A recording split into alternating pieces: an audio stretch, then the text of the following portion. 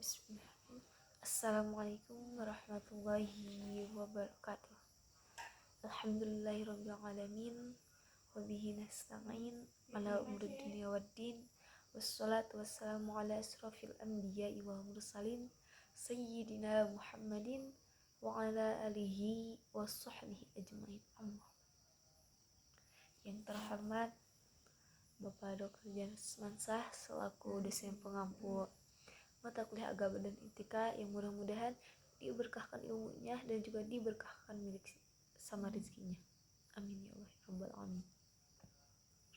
Nah teman-teman, di sini saya akan sedikit menjelaskan ataupun memaparkan mengenai akhlak ya teman dalam Islam tentunya. Nah teman-teman, dalam kehidupan seorang muslim, akhlak itu merupakan cerminan dari keimanan dan juga ibadah seseorang. Nah Rasulullah SAW bersabda, innama bu'istu liutammima makarimal akhlak. Sesungguhnya aku diutus untuk menyempurnakan akhlak.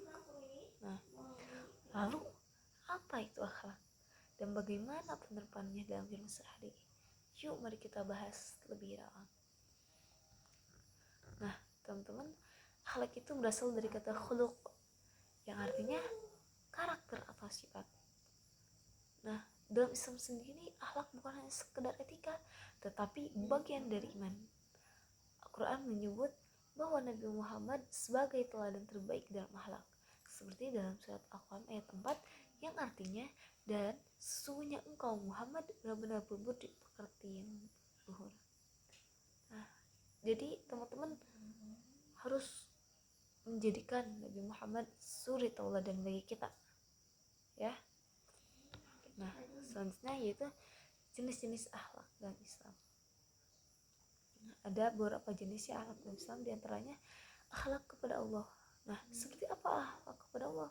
Yaitu seperti dengan bertawakal. Di saat teman-teman mendapat menginginkan sesuatu, terus udah usaha udah, hakikatnya udah, itu syariat udah, hakikat udah, tapi belum terlaksana juga, belum tercapai juga.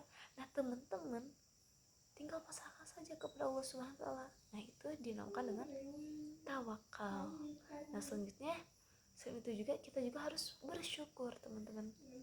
Ini masih akhlak kepada Allah ya. Kita terus bersyukur.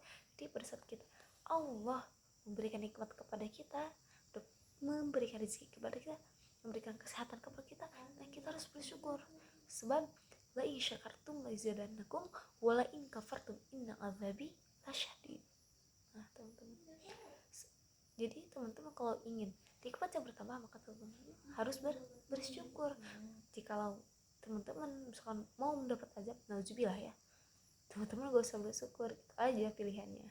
Jadi intinya teman harus bersyukur ya teman-teman. Kasih kesehatan, rezeki, terus wajah yang cantik, wajah yang tampan, kalian harus bersyukur. Nah, selanjutnya kita juga harus sabar dalam menghadapi ujian, harus sabar, harus tabah gitu. Jangan kita lagi sakit nih, terus ya sakit itu parah gitu ya, nah teman-teman harus sabar. Insya Allah dengan rasa sakit itu bisa menebus dosa-dosa kita gitu, asal dengan syarat sabar. Jangan, kalau bahasa Sunda mah jangan gurung gusuh gitu. Nah, gurung gusuh apa teh? Mana teh? Intinya kayak gurung gusuh gitu, jangan merih bukan merih, kayak sakit, aduh sakit kayak gitu, jangan ya. Dan selanjutnya itu akhlak kepada sesama manusia. Seperti apa? Yaitu seperti jujur. Nah, teman-teman harus jujur sesama manusia ya. Akan orang tua nih, terus kata orang tua teh dikasih bekal berapa, masih sisa gak uangnya, kita harus jujur. Kalau misalkan masih ada sisa, ya masih ada sisa bu, misalkan gitu. Jangan berbohong. Atau kita mau ditanya nih, kita kan main keluar, terus kita tanya, kamu mau kemana malam-malam? Terus kamu jawabnya, ini aku mau kerja kelompok.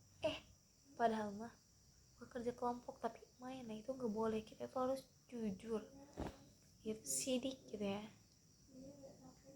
Terus juga selain jujur, kita juga harus amanah, teman-teman. Jadi pada saat kita misalkan kata orang tua, ini kita ya yang jauh dari rumah nih, misalkan kita nih telah ilmu, nah teman-teman harus amanah. Kalau kata orang tua, kamu belajar yang benar ya, jangan jangan keluyuran, atau jangan apapun itu ya yang sifatnya negatif juga boleh.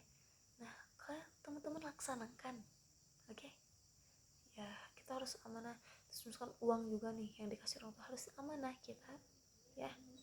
Kemudian misalkan yang buat dikasih buat bayar UKT nih, terus teman-teman malah dipakai traktir teman-teman, dipakai jajan, dipakai traktir pacar. Nah itu nggak boleh teman-teman, kita harus amanah. Itu juga seperti menghormati orang tua, ini udah pasti ya teman-teman. Itu sebab ridallahu fi irdal walidaini wastullahi fi sutul walidain. Itu teman-teman. Selanjutnya juga menjaga silaturahmi.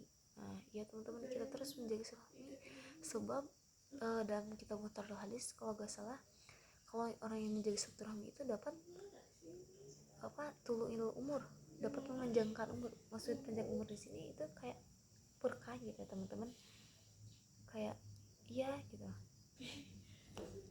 Nah selanjutnya itu akhlak dalam kehidupan sehari-hari. Seperti tadi ya, itu sama aja sih kayak kita dicontohkan, kayak kita terus menghormati orang tua gitu ya, harus baik kepada keluarga, terus melakukan sesuatu itu dengan adil, kita juga harus bersikap jujur gitu. Oke. Selanjutnya itu tantangan akhlak di era modern. Tentunya ini yang pada saat ini sih ya, kayak dikhawatirkan gitu akhlak Gen Z ya, apalagi dengan maraknya video-video kayak TikTok gitu ya teman-teman. Kadang kita itu termasuk aku sih ya, kayak gak bisa nyaring gitu yang ada pada teknologi itu ya. Sendiri juga kayak sendiri pengaruh dari teknologi juga ya teman-teman. Kita juga harus bisa menjaga diri dari budaya luar gitu ya. Kayak misalkan kita suka idol K-pop nih, K-pop mau maaf ya, misalkan kayak agamanya non gitu, terus dalam berpakaian juga agak kurang gitu ya, terus teman-teman ikuti. Nah itu nggak boleh teman-teman, kita harus menjaga gimana berpakaian sesuai dengan syariat Islam. Nah terus juga ya teman-teman, untuk solusinya sendiri dari tantangan akhirnya yaitu kita harus menjaga diri gitu, harus dengan caranya gimana, dengan menjadikan Al-Quran dan juga hadis sebagai pedoman utama ya. Di sana kan sudah tercantum gitu ya pakaian wanita. Terus kalau teman-teman sekarang ngaji nih ya, di sana sama guru kita suka dijelasin gitu ya, kayak kita harus menutup aurat, kita harus berakhlak baik gitu. Pokoknya step yang positif gitu harus dilaksanakan gitu solusinya ya. Terus juga kita tuh harus bisa mengendalikan diri dari pengaruh negatif, terutama dari media sosial TikTok tuh guys, itu memang sangat dikhawatirkan. Selanjutnya itu memperkuat hubungan dengan Allah SWT melalui ibadah. Nah tentunya kembali lagi teman-teman, kita hidup untuk beribadah ya teman-teman. Dengan itu teman-teman harus melaksanakan ibadah, jangan melewatkan. Begitu teman-teman, cukup sekian dari saya.